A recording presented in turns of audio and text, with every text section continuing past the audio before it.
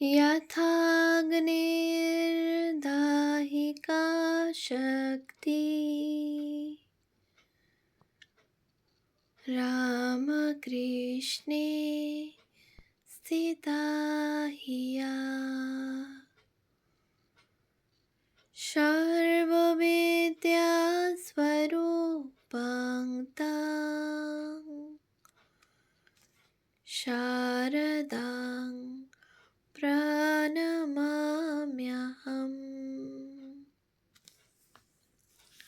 পূজনীয় শ্রীযুক্ত মানদাশঙ্কর দাশগুপ্ত মহাশয়ের রচনা শ্রী শ্রীমা শারদামণি দেবী গ্রন্থ থেকে পাঠ, পৃষ্ঠা সংখ্যা 433, পরিশিষ্ট 2। মা, সুখের কি বলছো? কালে তা লোককে কত আশা, কত ভরসা, কত আনন্দ দেবে। দিলেও তাতে আমাদের কৃতিত্ব কি থাকবে মা? তোমার কাছে দীক্ষা নিয়ে আমরা যখন জয়রামবাটি হতে ফিরে আসি, তখন আমাদের বুকে জেগেছিল এক অন্তহীন আশা আর আনন্দ। সারা পথে কেবলই মনে হয়েছে আজ আমাদের জন্ম জীবন সার্থক হলো, ধন্য হলো। কুলং পবিত্রং জননী কৃতার্থা। কিন্তু মা, এখন ভাবি এ কি হলো? মা, কেন? খারাপ কি হয়েছে? সেরকম খারাপ কিছু নয়, তবে তেমন ভালোও তো কিছু দেখি না। মা, তোমার কৃপা পেয়ে আমরা ভেবেছিলাম আমাদের জীবন হবে উন্নত, আমরা ছুটব তীরের মতো। কত তপস্যা করে, কত অদ্ভুত অদ্ভুত দর্শন পেয়ে, কত বড় বড় ভালো ভালো কাজ করে লোকে আমাদের দেখে অবাক হবে, কিন্তু সেসব আশাই চূর্ণ হয়েছে। মা, বাবা, স্বপ্নের মতো কত বাসনাই তো মনে ওঠে ডোবে, তার কতকগুলি পূর্ণ না হলে কি এসে যায়। কিন্তু মা, এসব বাসনা ছিল খুব উঁচু, খুব ভালো, একটা মহৎ জীবনের আকাঙ্ক্ষা, তার কিছুই পূর্ণ হলো না। মা, মহৎ তো তুমি আছোই বাবা, শুধু পথের তফাৎ হয়েছ, শুধু পথের তফাৎ হয়েছে, তাতে কি এসে যায়? লক্ষ্য লাভ নিয়েই কথা। মা, মা, তোমার কত ভালো ভালো ছেলে আছে, তাদের জীবন ত্যাগ, তপস্যা ও কর্মপ্রভায় উজ্জ্বল। তাদের দেখে লোকে স্তব্ধ হয়ে যায়, মাথা আনত করে দেয় তাদের পায়ের কাছে। কিন্তু মা, আমাদের স্থান কোথায়? মা, তোমাদের স্থানও আমাদের বুকে। তুমি যাদের ভালো ছেলে বলছো, তারা যেখানে যাবে তোমরাও সেখানেই যাবে। মা, সে দয়া তুমি একদিন করবে, প্রাণে এই বিশ্বাস খুবই আছে। কিন্তু লোকের কাছে আমাদের পরিচয় কি? তোমার সন্তান হয়েও আমরা সাধনহীন, ভজনহীন, শক্তিহীন, দীপ্তিহীন। আমরা তোমার মুখ ছোট করেছি। মা, তোমরা আমার মুখ উজ্জ্বল করে আছো বাবা। তা কি হতে পারে মা? মা, পারে বাবা। তোমরা আমার কাছে মন্ত্র নিয়ে জোর তপস্যা করনি বটে, কিন্তু তোমরা জীবন ভোর আমার মুখের দিকেই চেয়ে রয়েছ। আশা ও বিশ্বাস আমি তোমাদের সব করে দেব। শুধু আমারই আশীর্বাদে তোমরা হবে মহৎ, পাবে পথের সম্বল এবং পূর্ণ হবে তোমাদের জীবনের সকল স্বাদ। এ কি তপস্যার চেয়ে কম বাবা? তোমাদের অন্তরের এই মহান আশা বিশ্বাসের অনিমেষ জ্যোতি আমার মুখের উপর, এবং ওই জ্যোতিতেই আমার অন্তরের মাতৃভাব লোকচক্ষুর গোচর। লোকে বোঝে আমি মা, তোমরা ছেলে। মা, যারা তোমার সার্থক, সাধনপরায়ণ ও প্রতিভাবান ছেলে, তারাই তো এ বিষয়ে আরও ভালো, উজ্জ্বলতর আলোক ফেলেছেন। মা, না বাবা, তারা কত ত্যাগ তপস্যা করেছে, তাদের দেখে লোকে বুঝতে পারে না তাদের উন্নতি, তারা কতটা নিজের চেষ্টায় করেছে আর কতটা শুধু আমারই আশীর্বাদের ফল। কিন্তু তোমাদের সম্বন্ধে সে সন্দেহ কারও জাগবে না। লোকে জানতে চায় আমার কৃপার কোনো বিশেষ ফল আছে কিনা। হ্যাঁ মা, আজকের সভার ওই বক্তাটি ঠিক এই প্রশ্নটি খুব বিশদ করে তুলেছিলেন।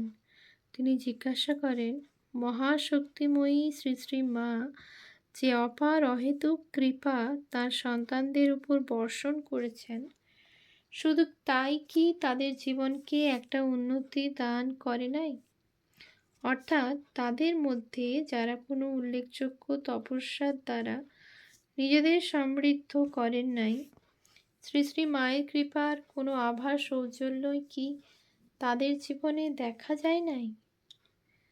মায়ের কাছে দীক্ষা লাভ করে, তার শ্রীমুখের বাণী শুনে, তার চিরকল্যাণময় স্পর্শ অনুভব করে তারা কি ইহজীবনেই কোনো অমূল্য দিব্য সম্পদ প্রাপ্ত হন নাই? মা, এই প্রশ্নের জবাব তোমরাই দেবে বাবা। কিন্তু মা, আমরা পেয়েছি বা কি, আর লোকে আমাদের দেখে জানবে বুঝবেই বা কি? মা, কিছুই পাওনি বলতে চাও? বলার মতো কিছু দেখি না মা। মা, কেন আমাকে পাওনি? কখনো কি অনুভব করনি যে আমি আছি তোমার সাথে সাথে? আর কেউ না থাকে থাক, তোমাদের একজন মা আছে, এ কি মনে প্রাণে অনুভব করনি বাবা? তা করেছি মা। যখনই কোনো বিপদে পড়েছি অথবা কোনো ভয়, দৈন্য বা দুর্বলতার দ্বারা পীড়িত হয়েছি, তখনই প্রাণে অভয় জেগেছে। মা আছেন সাথের সাথী, ভাবনা কিসের? আবার মা কত সময়ে কত কাজ অকাজের মধ্যেও অনুভব করেছি তোমাকে। মনে হয়েছে সঙ্গে আছেন মা, সব ব্যবস্থা করছেন তিনি। প্রাণের আকাঙ্ক্ষা পূর্ণ হলো তাঁর দয়ায়। কিন্তু তা হলেও মা, এ সবই একটা আভাসের অনুভব মাত্র, হয়তোবা শুধুই একটা নিছক কল্পনার খেলা, হাতে ধরা ছোঁয়া যায় এরকম কিছু নয়। তবে মা, জীবনের পিছনের দিনগুলির দিকে যখন তাকাই, তখন সত্যই মনে হয় তুমি চিরদিনই ছিলে আমার সাথের সাথী। তোমার স্নেহই ছিল সম্বল, তোমার চিন্তা ছিল অত্যাজ্য, এবং তুমিই ছিলে সর্বস্ব।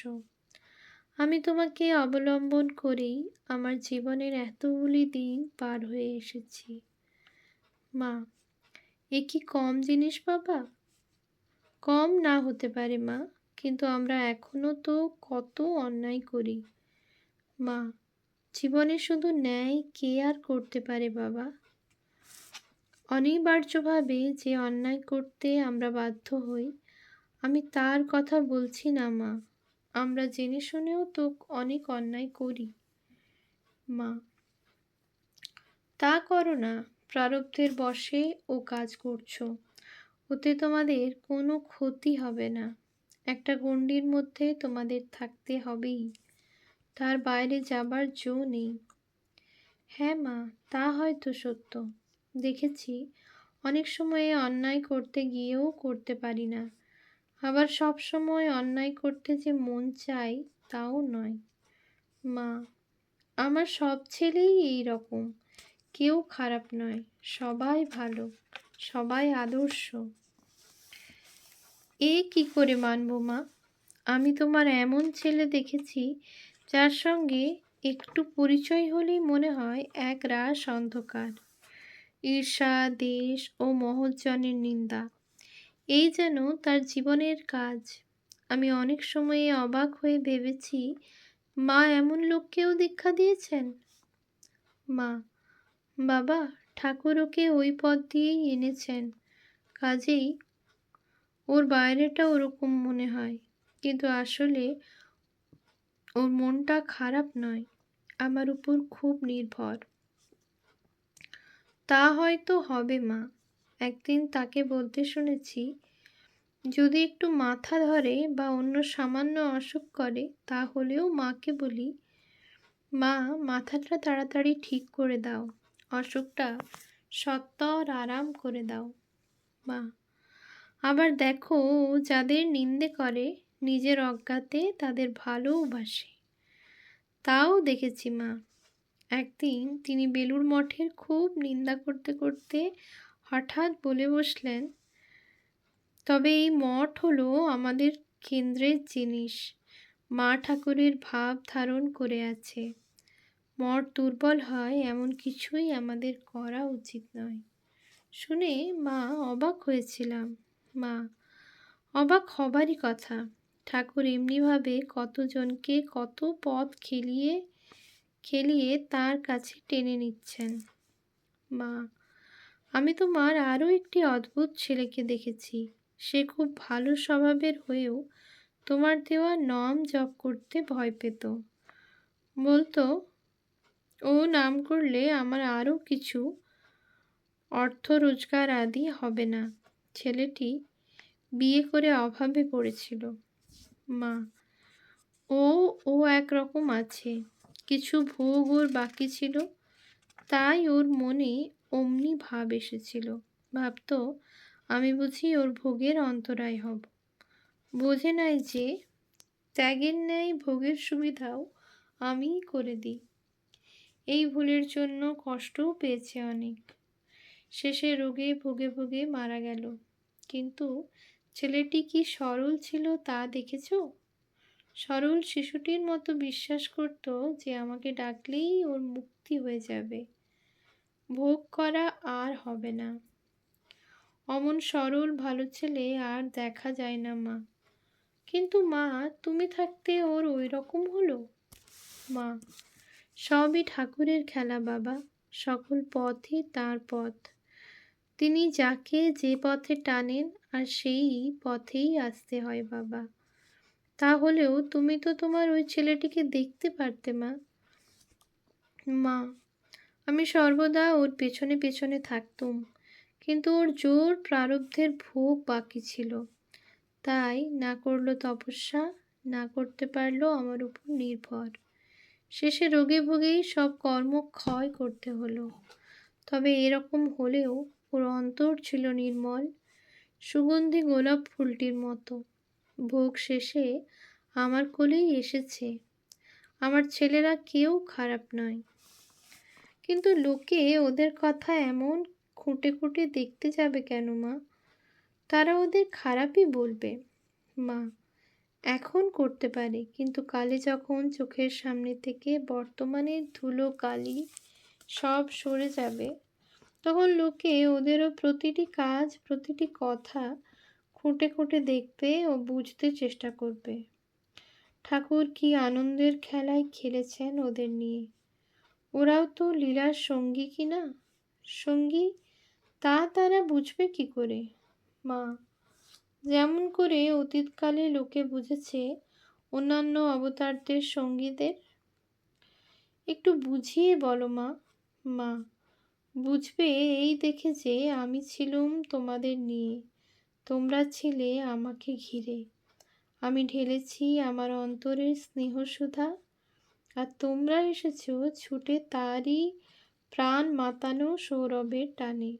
বুঝবে এই চিন্তা করে যে তোমরা যখন আমাকে দেখনি, আমিও যখন তোমাদের দেখিনি, তখনও তোমরা শুনেছ আমার অন্তরের নীরব আহ্বান, আর আমি শুনেছি তোমাদের প্রাণের ব্যাকুল নিবেদন। শুনেছি তোমাদের আগমন পথের প্রতিটি পদক্ষেপের অস্ফুট ধ্বনি। কাছে এসো তোমরা, কাছে এসে তোমরা দেখেছ মা, চেয়েছ স্নেহ, করুণা, আশীর্বাদ। আর আমি দেখেছি ছেলে, চেয়েছি তোমাদের কল্যাণ, তোমাদের চির শান্তি ও চির মুক্তি। আর বুঝবে এই অনুভব করে যে আমি ও তোমরা এক সূত্রে গাঁথা, যেন মালা ও তার ফুলরাজি, উদ্যান আর তার তরুলতা, বৃক্ষ আর তার শাখা প্রশাখা।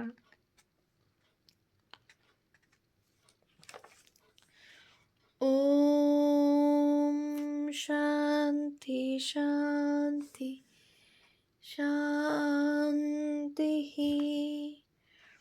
हरिः ॐ तत्सत्। श्रीरामकृष्णार्पणमस्तु।